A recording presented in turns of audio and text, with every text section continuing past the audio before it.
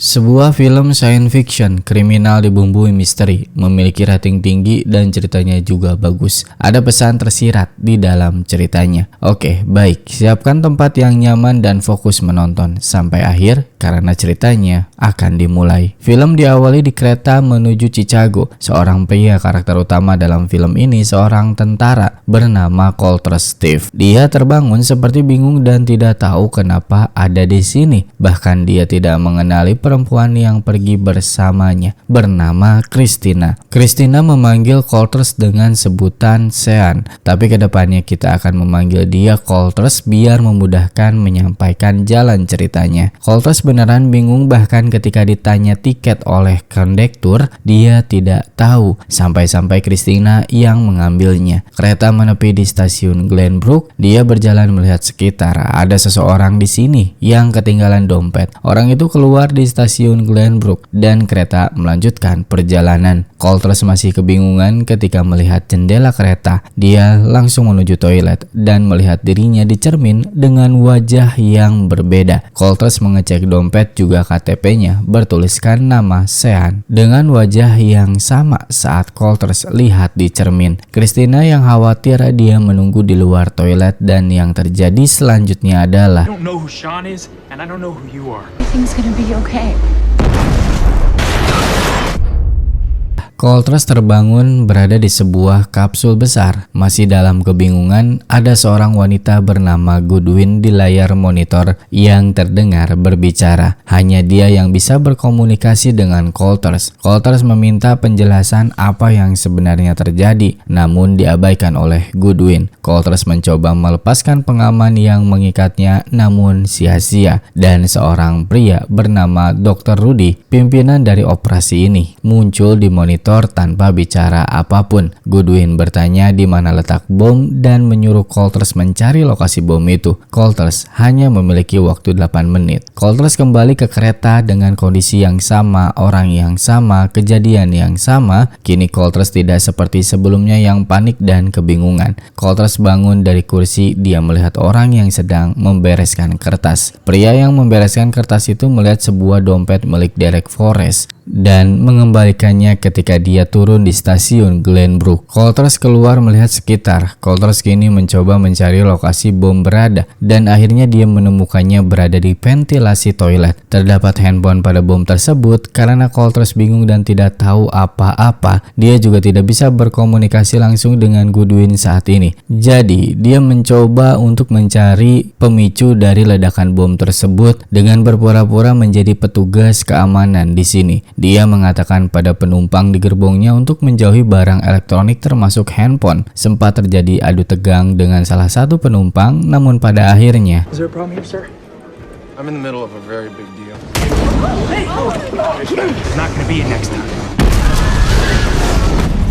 di sini kita baru saja mendapatkan penjelasan. Colters menjadi bahan percobaan pemerintah dalam teknologi yang bernama source code. Bom yang meledak di kereta yang Colters tumpangi adalah kejadian yang sudah terjadi dan menewaskan seluruh penumpang kereta. Colters ditugaskan untuk menghentikan serangan bom selanjutnya karena ledakan itu adalah awalan untuk serangan bom yang lebih besar di Chicago. Pelaku pengeboman menggunakan handphone tersebut untuk detonator dengan cara menelponnya. Misi Colters saat ini adalah menghentikan mencari tahu ledakan bom selanjutnya dan mengungkap siapa pelaku pengeboman. Colters dalam percobaan ketiga dia sangat tenang dan sudah memahami polanya juga kejadian di tempat. Colters mencoba bertanya kepada kondektur, apa ada yang aneh di sini? Kondektur bilang semua baik-baik saja. Yang aneh justru Colters sendiri. Christina dipanggil duduk dekat dengan Colters. Colters membuat game tebak-tebakan profesi orang-orang di gerbong. Di gerbong ini ada dokter, mahasiswa, bisnismen, dan komika. Hal ini bertujuan untuk memperhatikan orang-orang. Colters melihat salah satu orang keluar dari toilet. Dia bertanya kepada Christina dia ingin tahu siapa saja yang masuk ke dalam toilet sebelum orang itu. Christina bilang yaitu Colters sendirilah yang masuk toilet sebelum orang itu. Sampai di stasiun Glenbrook, Colters mengajak Christina untuk turun. Christina disuruh menunggu duduk, sedangkan Colters mengikuti seorang pria yang keluar dari toilet toilet kereta barusan. Pria ini mencurigakan gelagatnya ketika di toilet. Coltrane terus mengikutinya sampai di luar. Dia menghampiri pria tersebut yang sedang duduk, lalu Coltrane meminta handphone pria itu namun ditolak. Coltrane menggunakan cara lain dengan memaksa, tapi pada akhirnya kereta itu meledak. Meskipun bukan orang ini, Coltrane masih penasaran dan berkelahi lagi hingga akhirnya Coltrane didorong terjatuh di rel kereta, lalu tertabrak dan kembali tersadar. Namun kondisi sekarang berbeda. Kapsulnya rusak dan timbul butiran es. Juga Coltrane tidak bisa berkomunikasi dengan Goodwin. Ada masalah teknis di sini. Goodwin dan Dr. Rudy juga tidak bisa menjangkau Coltrane. Coltrane nggak mau diam aja. Dia mencoba menghancurkan kaca namun sia-sia. Sampai akhirnya dia menyambungkan sebuah kabel dan mengaktifkan lagi sistem. Coltrane mengirim sinyal dan yang menerimanya adalah Dr. Rudy. Coltrane tidak bisa menghentikan bom, tapi dia bilang bisa menyelamatkan orang-orang di kereta. Meskipun hal itu bisa dilakukan, namun dampaknya tidak bisa mengembalikan keadaan yang sekarang. Dr. Rudy menjelaskan bagaimana source code berjalan. Source code bukan mesin waktu, melainkan teknologi untuk menyalurkan kesadaran Coltrane Steve kepada korban ledakan di kereta, lebih tepatnya kepada Sean Ventress, untuk kembali mengingat memori 8 menit sebelum kejadian. Cannot exist inside the source code beyond Ventress's 8 minutes. Source code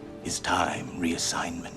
Karena waktu terus berjalan, serangan kedua bisa saja terjadi. Coltrane harus kembali lagi. Goodwin memberikan informasi ada sebuah pistol di ruangan kondektur. Coltrane bisa menggunakannya jika terdesak. Coltrane kembali dengan keadaan yang benar-benar udah tahu segalanya. Dia bahkan membuat Christina terkejut karena tahu apa yang dikatakannya dan tahu apa yang terjadi selanjutnya. Coltrane izin pergi. Dia menuju kapsul kondektur untuk mengambil pistol. Namun sayang, pistol didapatkan Coltrane malah tertangkap. Rencana mengambil pistol adalah rencana buruk. Saat Coltrane bicara dengan Goodwin, dia melihat sebuah logo Angkatan Udara Amerika Serikat. Cuma dia lupa singkatan dari CAOCN. Sudah tidak ada basa-basi lagi, Coltrane harus menemukan pelaku pengeboman sekarang juga. Coltrane menggambar logo Angkatan Militer Udara Amerika. Christina kepo dan menyuruhnya untuk mencari anggota militer bernama Coltrane Steve kepada Christina. Dia ingin tahu bagaimana keadaan Coltrane Steve sebenarnya. Christina pergi untuk mencari informasi, sedangkan Coltrane melihat salah satu penumpang yang sibuk menelpon. Tindakan memaksa adalah cara cepat Coltrane untuk mendapatkan informasi. Dia menggeledah tas penumpang itu, namun zonk, tidak ada hal yang mencurigakan ataupun sesuatu yang bisa menguatkan dugaan bahwa dirinya adalah pelaku pengeboman. Saat dia melihat ke atas, Coltrane melihat tas Army Medical Center milik ibu-ibu ini. Coltrane bertanya soal logo yang dia gambar. Logo tersebut merupakan Angkatan Militer Udara Nellis. Lalu Coltrane meminjam handphone ibu-ibu ini. Dia menelpon call center Nellis Air Force, ingin bertanya langsung kepada Dr. Rudy. Belum bicara dengannya, Christina datang dengan membawa kabar bahwa Coltrane Steve, Angkatan Udara Amerika Serikat, telah tewas 2 bulan lalu. Tiba-tiba wajah Christina berubah dan Coltrane kembali tersadar. Coltrane mempertanyakan dirinya apakah sudah mati. Goodwin dilema karena bingung menjawabnya. Akhirnya penjelasan diberikan di hadapan Dr. Rudy. Coltrane memang benar telah tewas dalam operasi di Afghanistan, namun otaknya masih berfungsi sedangkan anggota tubuh lain sudah hancur. Semua yang terjadi pada kapsul ini hanyalah sebuah ilusi, termasuk Coltrane sendiri dan juga kapsul besar ini. Tiba-tiba kapsul mengalami penurunan suhu,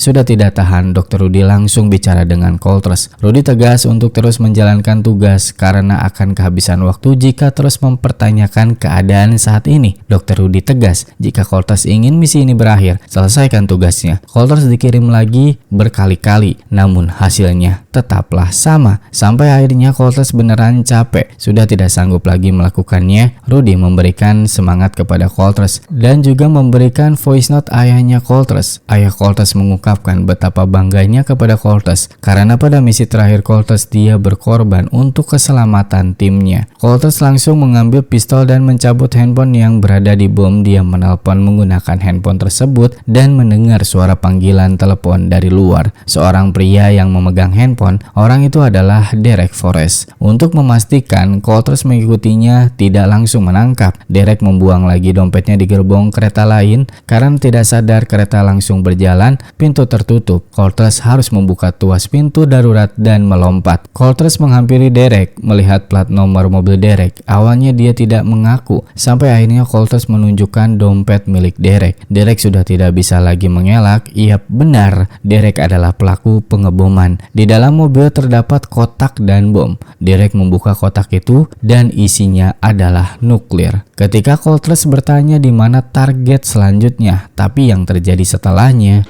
Where's your next target? Sean?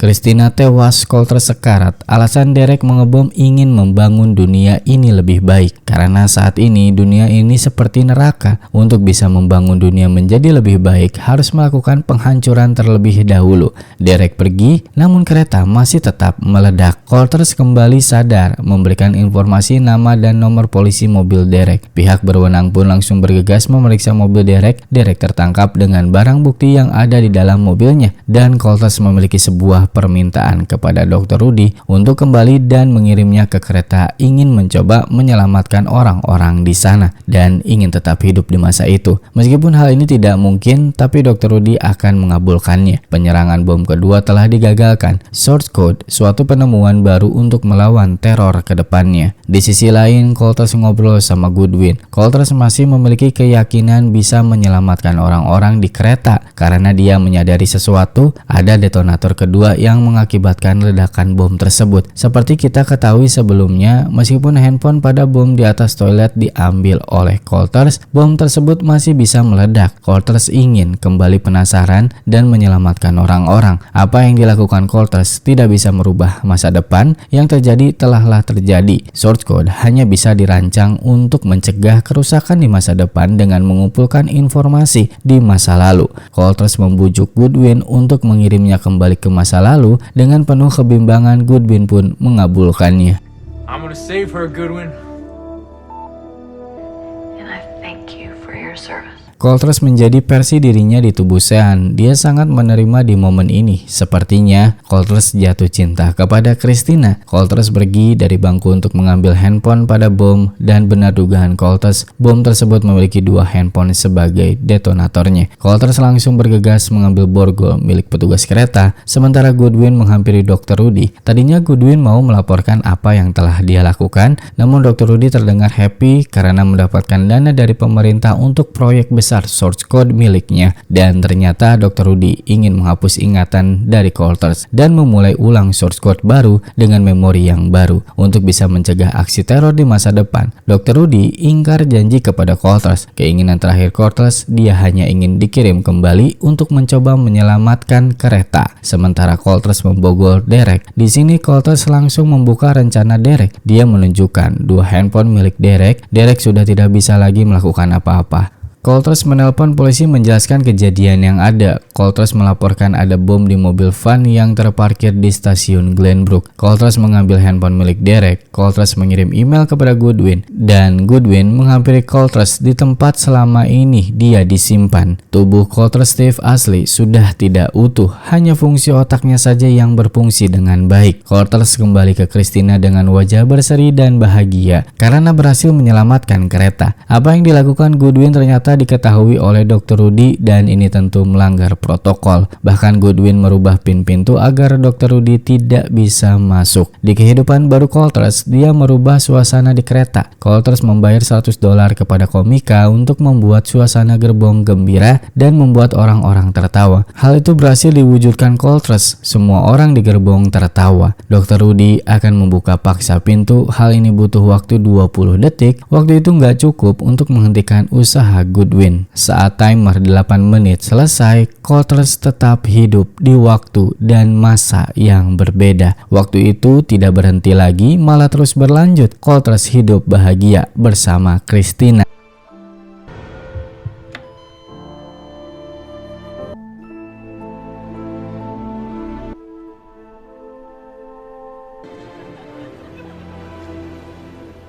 Cortez tidak kembali ke kehidupan yang asli. Dan keesokan harinya ada yang mengejutkan lagi. Goodwin mendapatkan email yang dikirim oleh Cortez. Email ini menjadi bukti bahwa source code memiliki kemajuan bukan sebatas teknologi pencegah teror, tapi membuat kehidupan baru dan dunia baru. Cortez masih terus hidup, tapi dalam tubuh Sean Ventress. Cortez Steve mendapatkan reinkarnasi dalam bentuk tubuh lain. Di waktu yang berbeda, dunia yang diciptakan oleh Cortez Steve terselamatkan dari ledakan bom. Film pun tamat. Oke, baik penonton, bagaimana ceritanya? Silahkan komentar tanggapan kalian. Jika ingin request silahkan ketik aja di komentar. Gua Angga, sampai jumpa di video selanjutnya. Terima kasih.